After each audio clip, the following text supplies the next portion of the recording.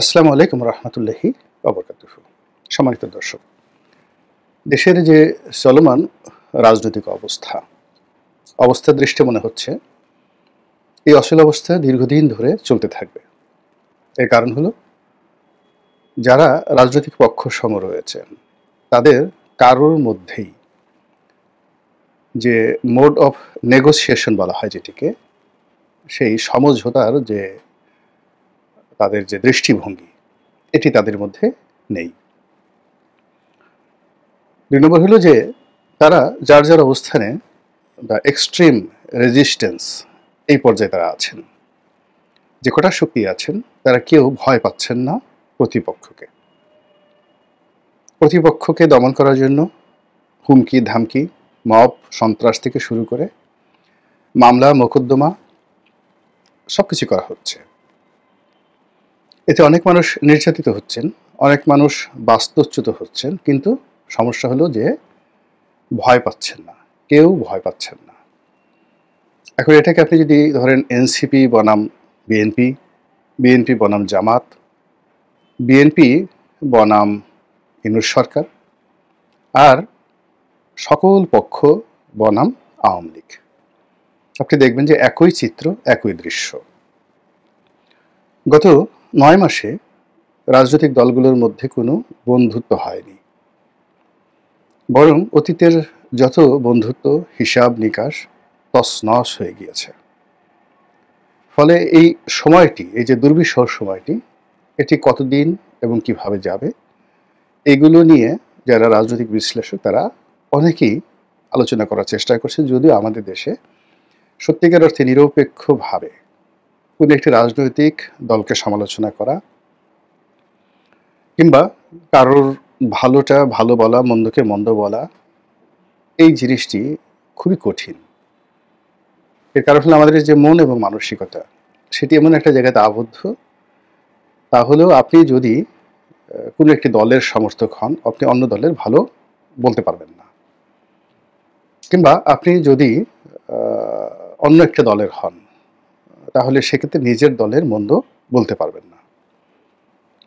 আর একটা সমস্যা হলো যে আমাদের এই দেশে সত্যিকার অর্থে নিরপেক্ষ চিন্তা এবং চেতনার মন মানসিকতা সম্পন্ন লোকজনের সংখ্যা খুবই কম। ফলে কি হলো যে চারিদিক থেকে শুধু সংঘাত সংঘাত সংঘাত। তো এই বিষয়ে আলোচনা না করে আমরা আজকের যে শিরোনাম, সেই শিরোনাম হলো আওয়ামী লীগের ভবিষ্যৎ, সেটি নিয়ে আলোচনা করব। আওয়ামী লীগের পতনের পরে অনেকে ভেবেছিল যে এই দলটি একেবারে শেষ হয়ে যাবে, আগামী ১০০ বছর এই দলের কোনো অস্তিত্ব থাকবে না, অথবা এই দল একেবারে নিঃশেষ হয়ে যাবে। পরবর্তীতে যখন দেখা গেল যে না, এই দলটি নিঃশেষ হচ্ছে না, বরং যেখান তাদের সম্ভব সেখান থেকে তারা উকিঝুঁকি দিচ্ছে, তারপরে শেষে তারা সংগঠিত হওয়ার চেষ্টা করছে, তারা তাদের নিজেদের যে অবস্থান সেটি জানান দিচ্ছে, এবং তাদের যে প্রস্তুতি সেই প্রস্তুতি স্পষ্টতই লক্ষ্য করা যাচ্ছে। ফলে আওয়ামী লীগের যারা প্রতিপক্ষ তারা তাদের যে কৌশল, সেই কৌশলের যে এক্সট্রিম যে পদ্ধতি সেটি তারা প্রয়োগ করা শুরু করলো। ইতিমধ্যে আওয়ামী লীগ নিষিদ্ধ করা হয়েছে, তার আগে ছাত্রলীগকে নিষিদ্ধ করা হয়েছে।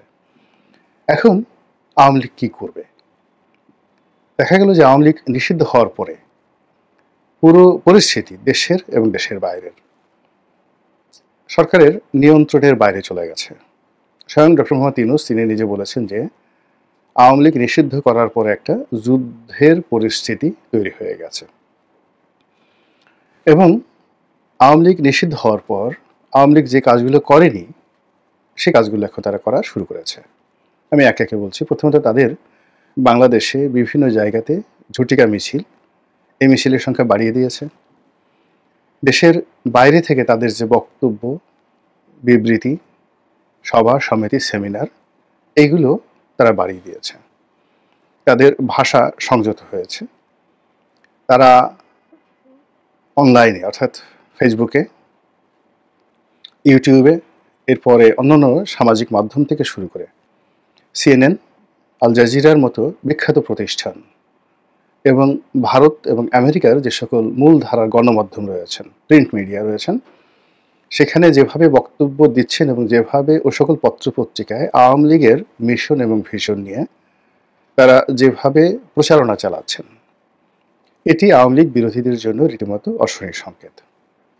২ নম্বর হলো যে তাদের বন্ধু রাষ্ট্র হিসেবে পরিচিত ভারত ক্রমশই আওয়ামী লীগের প্রতি তাদের যে সমর্থন এটি বাড়িয়ে দিচ্ছে।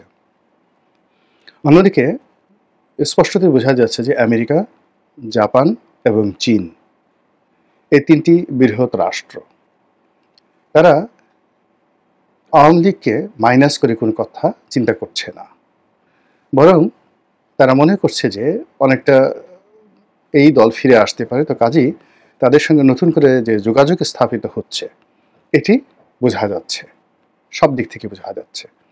সরকারের নড়াচড়া এবং বিদেশি রাষ্ট্রদূতদের কথাবার্তা এবং রাজনীতির যে একটা গম্ভীর যে অবস্থা, গোমট ভাব যেটিকে বলা হয়, তার দেখে কিন্তু এটা বোঝা যাচ্ছে। সবচেয়ে আওয়ামী লীগের জন্য এই মুহূর্তে সুসংবাদ হলো আওয়ামী লীগের ৩য় প্রজন্ম সামনের দিকে চলে আসছে এবং বাংলাদেশের রাজনীতিতে এই মুহূর্তে অন্য কোনো রাজনৈতিক দলের ৩য় প্রজন্ম সামনে এসে নেতৃত্ব দেওয়ার মতো পর্যায়ে নেই। এখন আওয়ামী লীগের প্রথম প্রজন্ম ৬০-এর দশকে যারা নেতৃত্ব দিয়েছেন এবং ৭০-এর দশকে বঙ্গবন্ধু এবং তার সহ যারা কর্মী। দ্বিতীয় প্রজন্ম হলো ৮০-এর দশক এবং ৯০-এর দশকে যারা নেতৃত্ব দিয়েছেন এবং এই তৃতীয় প্রজন্ম হলো ২০০০ সনের পরে যাদের নেতৃত্ব আমরা দেখতে পাচ্ছি ২০০১ থেকে, এবং এদের সবার বয়সই ৫০-এর নিচে। এই যে তৃতীয় প্রজন্মের যে সকল নেতৃবৃন্দ আওয়ামী লীগে আছে, ঠিক ওই পর্যায়ের অল্প কয়েকজন নেতা বিএনপিতে আছেন। কিন্তু আওয়ামী লীগের নেতাদের যে আন্তর্জাতিকতা, তাদের শিক্ষা এবং তাদের যে গ্রুমিং, তাদের যে পদবি এবং পোর্টফোলিও, এর সমপর্যায়ে হয়তো বিএনপিতে সম্ভব ছিল। কিন্তু বিএনপি যেহেতু ওই রাষ্ট্র ক্ষমতার যে সুযোগটি সেটি পায়নি, ফলে তাদের গ্রুমিং হয়নি। আমি উদাহরণ দিলেই জিনিসটা বুঝতে পারবেন। যেমন আপনি গত কয়েকদিনে সাবেক শিক্ষামন্ত্রী মহিবুল হাসান চৌধুরী, মানে চট্টগ্রামের মহিউদ্দিন চৌধুরী সাহেবের ছেলের অনেকগুলো সাক্ষাৎকার দেখেছেন ইন্টারন্যাশনাল মিডিয়াতে। এখন ব্যারিস্টার মহিবুল হাসান চৌধুরীর যে স্মার্টনেস, তার যে বংশমর্যাদা, তার যে লিগেসি এবং তিনি যে ভাষায় কথা বলছেন, এ ভাষায় কথা বলার মতো আমি এখন পর্যন্ত বিএনপি, আওয়ামী লীগ, জাতীয় পার্টি এবং এই যে এখন যারা সরকারে আছে ডক্টর মোহাম্মদ ইউনূস নিজের সহ, তাদের কারোর মধ্যেই এই স্মার্টনেস আমি দেখিনি। প্রত্যুৎপন্নমতিত হঠাৎ করে কথা বলা, সাবলীলভাবে ইংরেজিতে কথা বলা এবং কথা বলতে গিয়ে ধীর এবং স্থির। যেমন আমি নিজে দীর্ঘদিন ধরে কথা বলি, কিন্তু গত কয়েকদিনে আমি দেখলাম যে আমি কথা বলতে গিয়ে যখন আবেগপ্রবণ হয়ে যাচ্ছি, তখন আমার চোখ দুটো গোল গোল হয়ে যাচ্ছে ব্যারিস্টার ফুয়াদের মতো, স্থির থাকতে পারছি না। মুক্তিযুদ্ধের কথা যখন আসে বা অন্য যে কোনো বিষয় যখন আসে, আমি কথা বলতে গিয়ে আবেগপ্রবণ হয়ে যাই। আমার হাত সাধারণত নড়ে না, কিন্তু ইদানিং দেখা যাচ্ছে যে মাঝে মধ্যে আমার হাত উঠে যায়। ফুয়াদের একই অবস্থা, ব্যারিস্টার ফুয়াদের একই অবস্থা। কথা কিন্তু একেবারে আপনি ফেলে দিতে পারবেন না, কিন্তু সে তার আবেগকে নিয়ন্ত্রণ করতে পারে না। আমিও তৃতীয় প্রজন্মের রাজনীতিবিদ, ফুয়াদ সম্ভবত তৃতীয় প্রজন্মের রাজনীতিবিদ, তার মানে বয়সের দিক থেকে, কিন্তু ফ্যামিলি লিগেছি হয়তো সেই প্রথম জেনারেশনের। তো সেই দিক থেকে মহিউদ্দিন চৌধুরী সাহেবের যে ছেলে, তার যে বক্তব্য, আমি দেখলাম যে আমার চাইতে অনেক অনেক চৌকস। মানে তিনি বলে যাচ্ছেন কিন্তু তার চোখ গোল গোল হচ্ছে না, মুখের অভিব্যক্তির কোনো পরিবর্তন নাই, চোয়াল শক্ত হচ্ছে না। তিনি তার মতো করে কঠিন কঠিন প্রশ্নসমূহের উত্তর তিনি দিয়ে যাচ্ছেন। তো এই যে আমি একজনের উদাহরণ দিলাম, এখন মহিউদ্দিন চৌধুরীর ছেলের সঙ্গে যদি তুলনা করতে হয়, তাহলে এখানে আমির খসরু মাহমুদ চৌধুরী, আবদুল্লাহ আল নোমান সাহেবের ছেলে, তারপরে শেষে সালাউদ্দিন কাদের চৌধুরী সাহেবের ছেলে, ওনাদের সঙ্গে তুলনা করা যেতে পারে। কিংবা মীর নাসির সাহেবের ছেলে মীর হেলাল, তাদের যে ট্র্যাডিশন, রক্তের যে ধারা, বংশমর্যাদা, শিক্ষাদীক্ষা সবকিছু রয়েছে। কিন্তু মহিবুল হাসান চৌধুরী একেবারে একটা মন্ত্রণালয়ের মন্ত্রী হিসাবে তার ভিতরে যে স্থিরতা এসেছে, তার ভিতরে যে দৃঢ়তা এসেছে, এটা শেখ হাসিনা তাকে ওইভাবে তৈরি করেছেন। আবার একই সঙ্গে শেখ হাসিনা সালাউদ্দিন কাদের চৌধুরীর ছেলেকে আয়নাঘরে ঢুকিয়ে এমন থেরাপি দিয়েছেন যে এখন তিনি ইচ্ছা করলেও মহিবুল হাসান চৌধুরীর মতো কথা বলতে পারবেন না। দ্বিতীয়ত, বিএনপির মতো যে দল, সেটি এই তার যে তৃতীয় প্রজন্ম, সেই তৃতীয় প্রজন্মকে পদ পদবি দ্বারা ওভাবে দাঁড় করায়নি যেভাবে আওয়ামী লীগ দাঁড় করিয়েছে। আওয়ামী লীগ যদি আপনি ধরেন যাদের বাবার পরিচয় আছে, দাদার পরিচয় আছে, আপনি ধরেন খালিদ মাহমুদ চৌধুরী, তারপরে খালিদ মাহমুদ চৌধুরীর বাবা মন্ত্রী ছিলেন, শেখর তার বাবা মন্ত্রী ছিলেন, এরপর আপনি খালিদ মাহমুদ চৌধুরী, শেখর, এখানে মহিবুল হাসান চৌধুরী, এরপর আরো অনেকের নাম আপনি বলতে পারবেন, যেমন রাকেশ রহমান। এখন সে মন্ত্রী হয়নি, এমপি হয়নি, কিন্তু তার সঙ্গে ডিবেট করার মতো, বার্গেনিং করার মতো সত্যিকার অর্থে এখন অন্যান্য দলে কয়জন লোক রয়েছে, তিনি এখন দেশের বাইরে রয়েছেন। এরকম অন্তত পক্ষে আওয়ামী লীগের মধ্যে 50 জনের মতো যুবক রয়েছেন যাদের বয়স 50-এর নিচে, যারা শিক্ষা, দীক্ষা, অর্থ, বিত্ত, বংশমর্যাদা থেকে শুরু করে প্রায় সব ক্ষেত্রে রাজনৈতিক অঙ্গনে সুপারস্টার। তাদের সামনে আপনি আর্মির একজন মেজর জেনারেলকে বসিয়ে দেন, বিসিএস কর্ম পাশ করে একজন ক্যাবিনেট সচিবকে বসিয়ে দেন, এই মানুষগুলিকে তারা পরিচালনা করে আসছেন। এরকম 50 জন লোক আওয়ামী লীগ রয়েছেন, নারী এবং পুরুষ, যারা মানে এমপি হয়েছেন, মন্ত্রী হয়েছেন, দল পরিচালনা করেছেন, নেতৃত্ব পরিচালনা করেছেন, এবং এই যে একটা বিরূপ অবস্থায় আবার দলকে উদ্ধার করার জন্য এগিয়ে এসেছেন।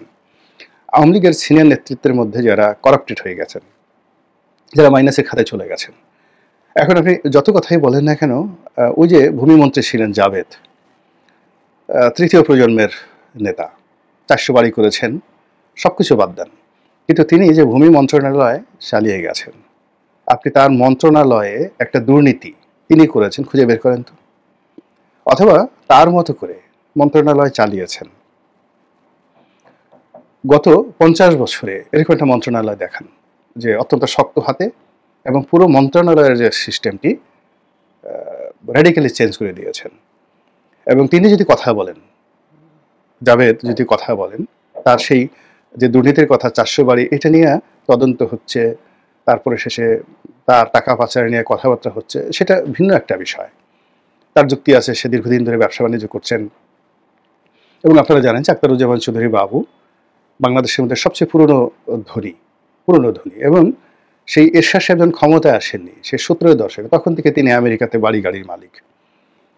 তো তার সন্তানেরা, আখতারুজ্জামান চৌধুরীর সন্তানেরা, তারা লন্ডনে আমেরিকাতে বাড়ি করবে, ব্যবসা বাণিজ্য করবে, এবং তারা আপনার আমার মতো রাস্তাটা ঘুরবেন, তারপরে বিকাশ থেকে, নগদ থেকে টাকা উত্তোলন করবেন, চুরি চামারি করবেন, তারপরে বাংলাদেশ থেকে সেই আমরা যে সকল ছোট ছোট চিন্তা করি, কারণ বাজার থেকে চাঁদা তুলবেন এবং সেই টাকা পাচার করে লন্ডনে বাড়ি করবেন, ওটা আপনি চিন্তা করতে পারেন। কিন্তু আমি যেহেতু জাভেদ এদেরকে চিনি, ঘনিষ্ঠভাবে চিনি, এটা আমার কাছে গ্রহণযোগ্য নয়।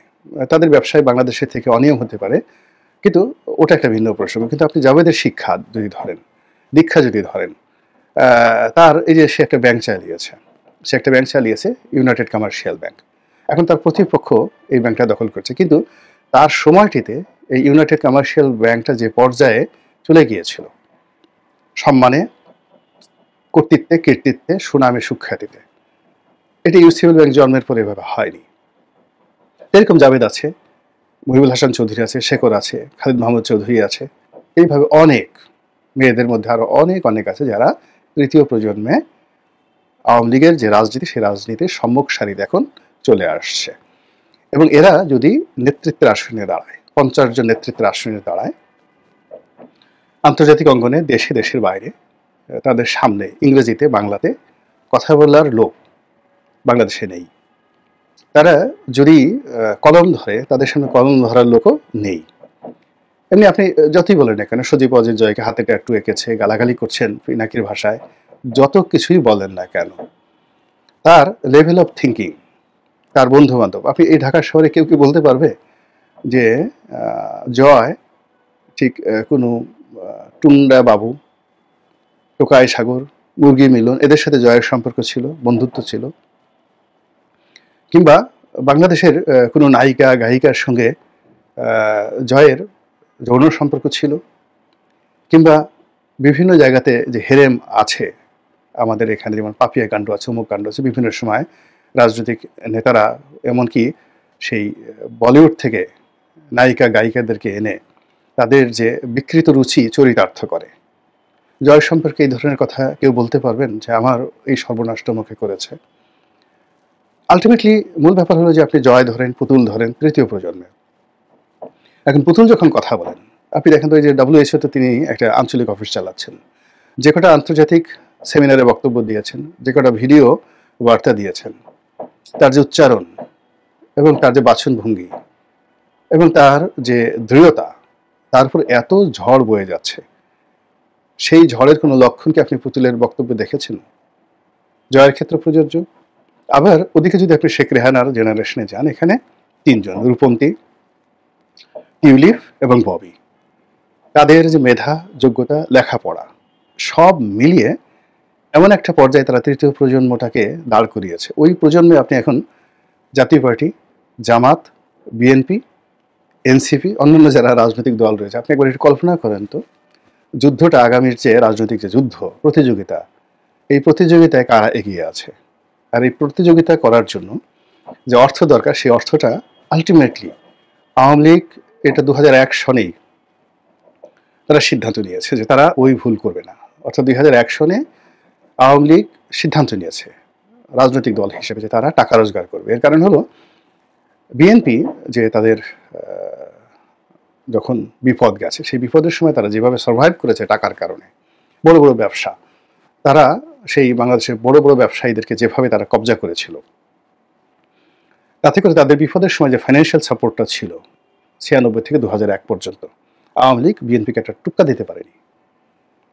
আবার 2001 থেকে 2006 পর্যন্ত তারা তাদের যে ফাইন্যান্সিয়াল স্ট্রেংথটা তারা তৈরি করেছিল, ফলে আওয়ামী লীগ যত চাপ দিয়েছে, প্রেশার দিয়েছে, কিন্তু তাদের ঘরে অভাবের যে হাহাকার সেটা তারা ঢুকাতে পারেনি।